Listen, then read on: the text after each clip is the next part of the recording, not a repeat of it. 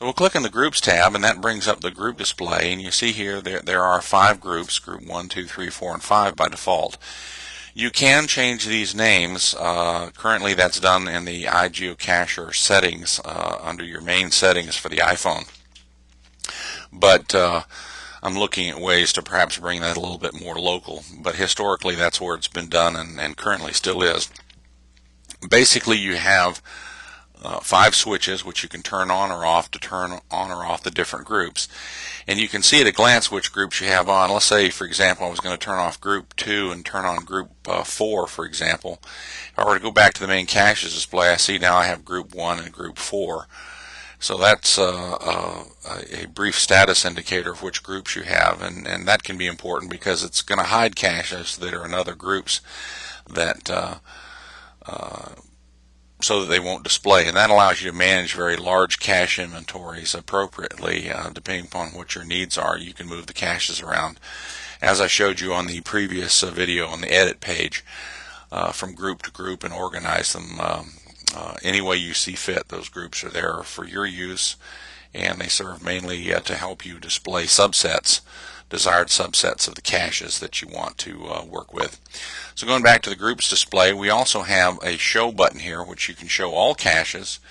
You can show those who have a status of found or those who have a status of unfound, and again that's based on the information, part of which if it can determine from the GPX file that it's your cache, then when you download them they'll be marked as found. Other than that, you can override that and mark them as found or not found yourself individually, or when you're loading. We'll talk about that when we get to the actual loading page.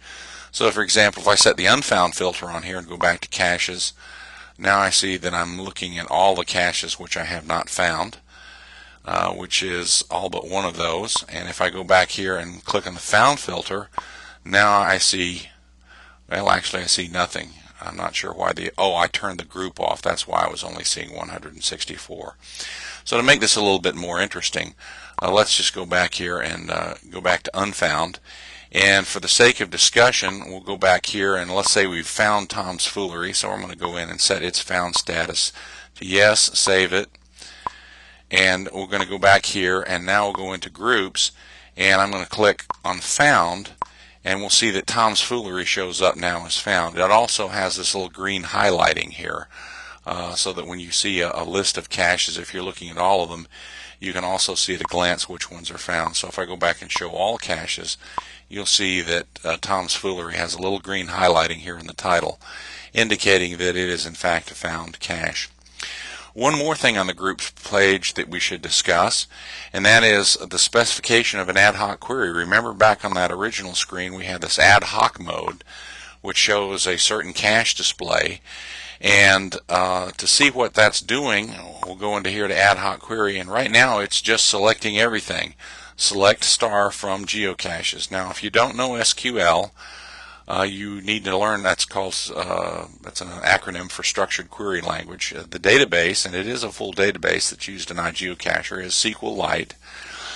And so you can use SQL commands here, knowing the fields in the database, to contrive just about any kind of query that you want to contrive by just editing this query. And to find out what fields are available, you can click on the schema info button, and here I show you the actual schema column names for the database. Now if this doesn't make any sense to you, then you probably don't want to be using the ad hoc query. If it does, then you've probably worked with databases and you're comfortable with structured query language. Feel free to try things out. If worse comes to worse, just come back here and put in select star from geocaches, and that's sort of a default that you can start with. There's also some other information on the website that will direct you, and I'd be glad to consult with you via email if you have particular query requirements that you'd like to devise. We can help you out with that language. But I did this simply because it's not possible for me to anticipate all the different kinds of displays you might want to have. And using structured query language, you could display certain caches, for example, where you had notes. And so, for example, if you were looking at transcribing those notes, or you only wanted to see just those caches for which you made notes that day, you could you could actually do a query such as select star from geocaches where cache nodes is not null, and that would show you just those caches that actually had notes entry. So that gives you an idea of the kind of thing that you can do with this. The clear button just clears out the screen, the text area, so that you can start from scratch without having to backspace everything out. And of course, when you get finished and you click on save, it will let you know whether the SQL was actually constructed properly. If it says it did not prepare successfully, that means there was some kind of an error in your SQL. I can't really report out a lot of errors in this particular application, and SQL's a language unto itself. It's not difficult to learn, and there's plenty of help on the web in terms of how you write SQL queries. Short of that, find your local resident geek friend that has some knowledge in working with databases, and he can probably help you out. The important thing to take away from all that, though, is that this ad hoc button is there. It is a very powerful search feature which you can contrive any and all searches of that are possible actually with the data. The other thing to remember is that when you're using the ad hoc mode, it doesn't matter what you have in the search field or anything else. The ad hoc query is in total control of what's displayed and the order in which it's displayed on this screen. It has nothing to do with any of your other sort or search parameters. And that's sort of necessary by design because it's a power user tool. You don't want other things influencing the query that you're unaware of. So what you specify in your ad hoc query is what you get. And that pretty much wraps up, I think, what you can do on the groups page.